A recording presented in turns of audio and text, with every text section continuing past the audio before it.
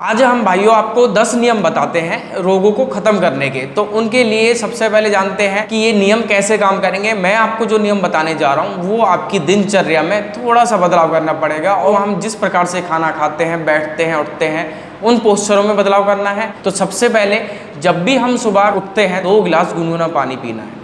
ये आपकी बॉडी को डिटॉक्स करने में सबसे ज़्यादा मदद करेगा। यदि हम लगातार 2 गिलास गुनगुना पानी हम लगभग कुछ महीनों तक लगातार पीते हैं तो उसके बाद आप देखना कि आपकी किडनी हो, लीवर हो, आंतें हो, ये बिल्कुल आपकी सॉफ्ट हो जाएंगी, उनमें एनर्जी आ जाएगी। के अंदर जितना भी गंदगी है, वेस्ट है या फिर लीवर ही क्यों ना है, उस पर कितना भी फैट क्यों ना चढ़ा हुआ वो भी साफ़ होगा। साथ में किडनी से रिलेटेड कोई भी प्रॉब्लम हो, चाहे उसके अंदर स्टोन ही क्यों ना हो, वो भी ठीक होगी। आंतों में कोई भी यानी कि कब्ज की समस्या है या फिर अल्सर बन गया है तो उसमें भी काफ़ी आराम मिलेगा। तो सबसे पहले रोज़ सुबह उठते ही 2 गिलास पानी पीना। दूसरा नियम, जब भी हम पानी पिएंगे बैठ के और घूंट घूंट करके पानी पीना चाहिए और जितना हो सके हमें लोटे का प्रयोग करना चाहिए पानी पीने के लिए, क्योंकि लोटे का जो सरफेस कम होता है जिसके कारण पानी का जो भार है वो कम लगता है बॉडी के अंदर। यदि हम गिलास में या बोतल में पानी पीते हैं उसके मुकाबले जो लोटे का पानी होता है वो हल्का होता है और इजीली जो है वो बॉडी में लग जाता है। यदि हम गिलास का पानी पीते हैं तो वो भारीपन कर देता है पेट में, जिससे कि जो हमारे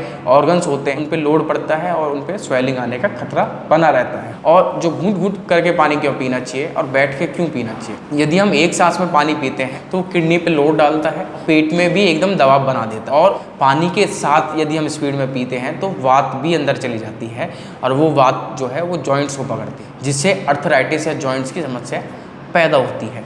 अब इसको बैठ के ही क्यों पीना चाहिए, क्योंकि जितना भी हम नीचे ज़मीन की तरफ बैठ के पानी पीते हैं तो क्या होता है कि धरती की जो ग्रेविटी होती है और जो हमारी नाभि होती है वो ग्रेविटी का सेंटर पॉइंट होती है हमारी बॉडी का। तो ये जितना पास आएंगे उतनी ज़्यादा इजीली हम चीज़ों को पचा पाएंगे, चाहे वो पानी हो, खाना हो, कोई भी चीज़ हो। बैठ के पानी पीते हैं तो किडनी पर लोड नहीं पड़ेगा और जो हम सीधे खड़े होकर पानी पीते हैं वो जॉइंट्स को ख़त्म करने में सबसे ज़्यादा मदद करते हैं। इसलिए हमें बैठ के स्टूल पे कैसे भी बैठ के हमें पानी पीना चाहिए। यदि नहीं है तो उकड़ू बैठ के हम पानी पी सकते। इसमें कोई शर्म नहीं करनी चाहिए पानी पीने, क्योंकि पानी पीने का तरीका ही है जो हमारे हाथ पैरों को, जोड़ों को बचा के रख सकता है। अब आते हैं अगले पॉइंट पे कि पानी कब नहीं पीना चाहिए। जब भी हम भोजन करेंगे तो उसमें आप ध्यान दीजिए कि तुरंत हमें पानी कभी भी नहीं पीना चाहिए और बॉडी के अनुसार पता होता है कि बॉडी को किस हिसाब से पानी की आवश्यकता होती है। जैसे कि जो ज़्यादा हेल्दी लोग हैं उनको कम से कम आधे घंटे पहले 1 से 2 गिलास पानी पीना चाहिए। इससे उनका कोलेस्ट्रॉल कम होगा, मोटापा धीरे धीरे घटना शुरू हो जाएगा। और जो व्यक्ति ज़्यादा बीमार रहते हैं उन व्यक्तियों को खाना खाने से पहले पानी नहीं पीना चाहिए। 1 से 2 घूंट पानी पी सकते हैं वो आधा 1 घंटे पहले। उसके बाद लगभग 90 मिनट तक बिल्कुल भी पानी नहीं पीना है। खाना खाने के तुरंत 5 मिनट के अंदर 1 से 2 घूंट पानी पी लिया वो काफ़ी है। उसके बाद प्रोसेस होने दो। कई बार क्या होता है कि जो हमारा भोजन होता है उसमें ये समस्या आती है कि हमने सूखा भोजन कर लिया, जैसे कि कोई सूखी सब्जी बनी है और हम खाना खा रहे हैं तो उस समय तो भाई उसको पचाने के लिए तो पानी की आवश्यकता पड़ती है। तो सुबह हम कोई ना कोई लिक्विड चीज़ जैसे कि दही हमने ले ली उसके साथ, या फिर 1 से 2 घूंट पानी बीच में पी लिया, उसको नरम करने के लिए भोजन को। ये नहीं कि बिल्कुल ही नहीं पीना है, उसको नरम करने के लिए 1 से 2 घूंट पानी हम पी सकते हैं। जैसे कि अभी हम गेहूँ की रोटी खा रहे हैं तो हमने पानी नहीं पीना है। यदि उसके साथ हमने चावल का प्रयोग किया है तो पहले रोटी अब कंप्लीट करें, उसके बाद 1 से 2 घूंट पानी पिए, फिर चावल खाएं। इससे क्या होगा कि 2 जो हमने अलग अलग अन्न खाए हैं उनके बीच में गैप बनेगा और वो अलग अलग तरह से पचेंगे। यदि वो मिक्स हो जाते हैं तो भी बॉडी को लोड पड़ता है। अब इससे के अलावा हम आते हैं कि खाना किस प्रकार से खाएं। आप सबसे पहले ध्यान दें कि खाना खाने के लिए सिर्फ हम क्या करते हैं, ज़्यादातर 90% जो फैमिली है सब्जी ले ली, रोटी ले ली और हमने खा लिया। जो मेरा मानना है ये खाना सिर्फ जीवित रहने के लिए हम जो खा रहे हैं वो है। ना तो हमारी मिनरल्स की पूर्ति हो रही है, ना प्रोटीन की पूर्ति हो रही है, ना फैट है और आपके जो कैल्शियम है इनकी पूर्ति तो नहीं हो रही है। तो उनकी पूर्ति कैसे करेंगे।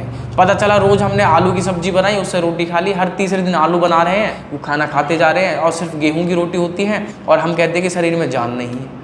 तो उसमें भी हम ध्यान रखेंगे कि एक तो सलाद ज़रूर होनी चाहिए खाने में।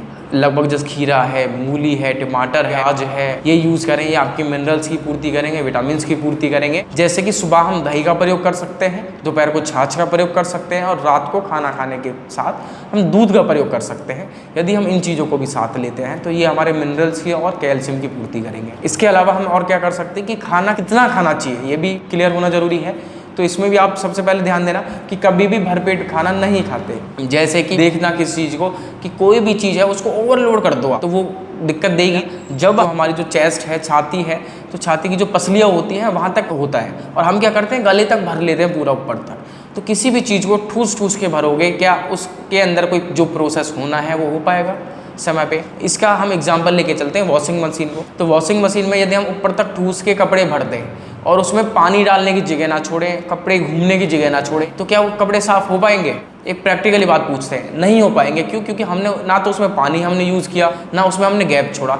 इसलिए हम जब भी पानी भरते हैं वॉशिंग मशीन में आधा भरते हैं। तो ऐसा ही हमारा पेट है, तो पेट में भी जब काम चलता है तो आंतें अपना काम करती हैं, उनमें भी मूवमेंट चलता है, लीवर में मूवमेंट चलता है, किडनी में चलता है, और लंग्स में इनहेल एक्सहेल चलता रहता है, श्वास का। तो ये सारी चीज़ें चलती रहती है, और पेट यदि हम फुल भर लेते हैं तो वो सारे दब जाते हैं। दबने से क्या होता है, ना तो ऑक्सीजन प्रॉपर पहुँच पा रही, ना ब्लड का फ्लो प्रॉपर हो पा रहा, ना किडनी जो है वो यूरिन का फ्लो बना पा रही है प्रॉपर, लीवर अपना काम नहीं कर पा रहा। तो क्या फ़ायदा उस खाने का? इसलिए हमें आधा पेट खाना खाना चाहिए, और 25% बॉडी है उसको खाली छोड़ना चाहिए हवा के लिए, जिससे कि पचते समय उसमें गैप बना रहे और मूवमेंट अच्छे से हो पाए। और जो थर्ड होता है, जो गैप होता है, वो 25% जो हम छोड़ते हैं वो 90 मिनट पानी पीने के लिए छोड़ते हैं। 90 मिनट ही क्यों होना चाहिए ये? क्योंकि जब भी हम खाना खाते हैं तो आप इस चीज़ को भी देखना कि खाना खाने के बाद बॉडी में पसीना आना शुरू हो जाता है जब भी हम कोई खाना खाते हैं। क्यों आता है? क्योंकि बॉडी में हीट बनती है, और जब हीट बनेगी तो हमारी जठराग्नि है वो प्रदीप्त होगी, वो तेज़ी से काम करेगी। जठराग्नि का मेन काम होता है खाना पचाने का, तो जब वो तेज़ी से काम करेगी तो खाना पच पाएगा। और वो एक गर्म तई के तरह मान लो उसको, यदि हम उस पर पानी डाल देते हैं, वो एकदम डालते ही छुस होगा और उसमें धुआं निकलना शुरू हो जाएगा, आवाज़ करेगा। कई बार क्या होता है कि तय में भी छेद हो जाता है, क्योंकि पानी हम जब डायरेक्ट डालते हैं, क्योंकि उस समय कमज़ोर होता है तया। ऐसा ही हमारा पेट में हीट बनती रहती है, तो उस समय कमज़ोर होता है और तेज़ी से काम कर रहा होता है, तो हम उसमें पानी डालते हैं तो सब चीज़ शांत हो जाती है। गर्म खाना जो पचना चाहिए वो सड़ने शुरू हो जाता है, उसमें से धुआं उठना शुरू हो जाता है, हीट निकलना शुरू हो जाती है। वो हीट क्या करती है, यदि उस हीट को हम आंतों की तरफ ले जाएं तो छाले करेगी, अल्सर बनाएगी। किडनी की तरफ ले जाएं तो किडनी डिसबैलेंस करेगी, उसकी बीमारियां बनाएगी। लीवर की तरफ ले जाएं तो उसको डिसबैलेंस करेगी, उसकी बीमारियां बनाएगी। तो ये दिक्कत आती है खाने में। अब खाना कैसे खाना चाहिए ये भी मेन है। खाना सब खाते समय ध्यान दें कि जितना हो सके ज़मीन के पास बैठे। दूसरा, जब भी हम खाना खाएंगे तो हमारा जो ध्यान है सारा वो खाने की तरफ होगा। हम क्या करते हैं कि जब भी हम कोई भी काम ध्यान से करते हैं तो वो काम हमें अच्छे से याद होता है और हमारी सारी इंद्रियां उसको करने में लगी होती हैं। जैसे नॉर्मली एक चीज़ देख लें, अगर मैं आपकी मान के चलूँ, आप सेक्स को देख लो, क्या आप फ़ोन में लगे लगे सेक्स कर सकते हो? नहीं करते। उस समय तो आप पूरा ध्यान लगाते हो उस चीज़ में। या फिर कोई इंटरेस्टेड मूवी चल रही है तो उसमें तो आप पूरा ध्यान लगाते हो। खाना ही हमारी बॉडी को ढालता है किसी भी चीज़ में। हम पतले होंगे, मोटे होंगे, स्वस्थ होंगे, अस्वस्थ होंगे, वो सारा काम होता है ध्यान। ध्यान लगाएंगे खाना खाते समय। यदि हम ध्यान लगा के अच्छे से पॉजिटिव होके, यानी कि गुस्से में खाना खा रहे हैं, जैसा मन वैसा ही तन, तो जैसा मन हम बना के खाएंगे वैसा ही हमारा तन होता चला जाए। तो हर चीज़ को खाना स्वीकार करें, थोड़ा थोड़ा खाएं शुरू में, फिर एक समय ऐसा आता है कि हैबिट हो जाती है उस चीज़ को खाने की। और कितनी क्वांटिटी में खाना चाहिए एक बार में, ये भी बहुत ज़रूरी है।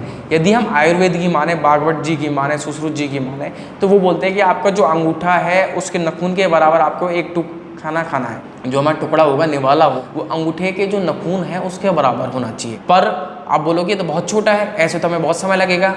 अब सुन लीजिए, और समय की बात बताऊं, इतना बड़ा जो निवाला हमने लिया है उसमें जो सब्जी लगाई है उसको भी 32 दांत है, तो जितने दांत उतनी बार चबाना। अब बताइए आपको कितना समय लगेगा खाना खाने में। एक तो खाना जो है वो आराम से खाना चाहिए, जो हमारे आयुर्वेदिक जो पुरुष बोल रहे हैं। दूसरा, खाने की जो क्वांटिटी है वो कम होनी चाहिए। इससे ये भी क्लियर होती है, क्योंकि धीरे धीरे छोटा छोटा खाएंगे तो पूरा दिन तो हम खाएंगे नहीं। 8-10 रोटी खा रहे हैं हम, पूरा दिन लग जाएगा इस हिसाब से। तो 2-4 सिर्फ उतना ही खाना खाएं जो आपकी बॉडी के लिए काफ़ी है, एक्स्ट्रा ना खाएं।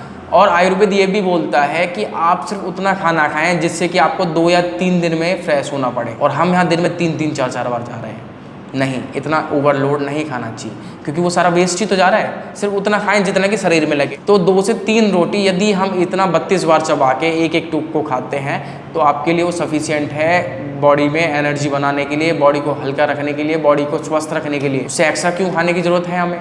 यदि हमें खाना है या पीना है कुछ, तो फल खाएँ, फ्रूट्स खाएँ, वेजिटेबल्स खाएँ, आप दूध पीजिए, जूस पीजिए, इन चीज़ों का प्रयोग कीजिए, ड्राई फ्रूट्स खाइए। स्वस्थ रहने के लिए और क्या कर सकते हैं? नींद। तो नींद जो है यदि हम प्रॉपर लेते हैं, वो सबसे बेस्ट हमारी बॉडी का रिकवर करने का एक जरिया है। तो उस पर भी हम ध्यान देंगे कि जो नींद पूरी करने के लिए आप ये देखिए कि ये नहीं कि हम 2 घंटे सुबह सो लिए, 2 घंटे शाम को, 2 घंटे दोपहर को सो लिए, हाँ नींद पूरी हो गई, 6 घंटे टोटल हो रहे हैं तो हम तो बिल्कुल फिट है। नहीं होता, आप मानसिक रूप से बीमार हो जाओगे। जितने भी स्वस्थ व्यक्ति रहे हैं, जितने भी बड़े बड़े जो एक्टर हैं, जो फिजिकली फिट रहते हैं, उनसे पूछिए। अक्षय कुमार भी देखिए सुबह 4 बजे जगते हैं। जो धर्म को मानते हैं उन लोगों से पूछिए कि सुबह 4 बजे जगना चाहिए, ब्रह्म मुहूर्त में जगना चाहिए, वो क्यों बोलते हैं। अब ब्रह्म मुहूर्त में 4 बजे जगने के लिए आपको कम से कम 9 या 10 बजे तो सोना होगा, तभी तो जग पाओगे आप। 6 से 7 घंटे या 8 घंटे की नींद तो पूरी करनी है ना, तो उसके लिए आपको जल्दी सोना होगा। इस चीज़ का ध्यान रखेंगे।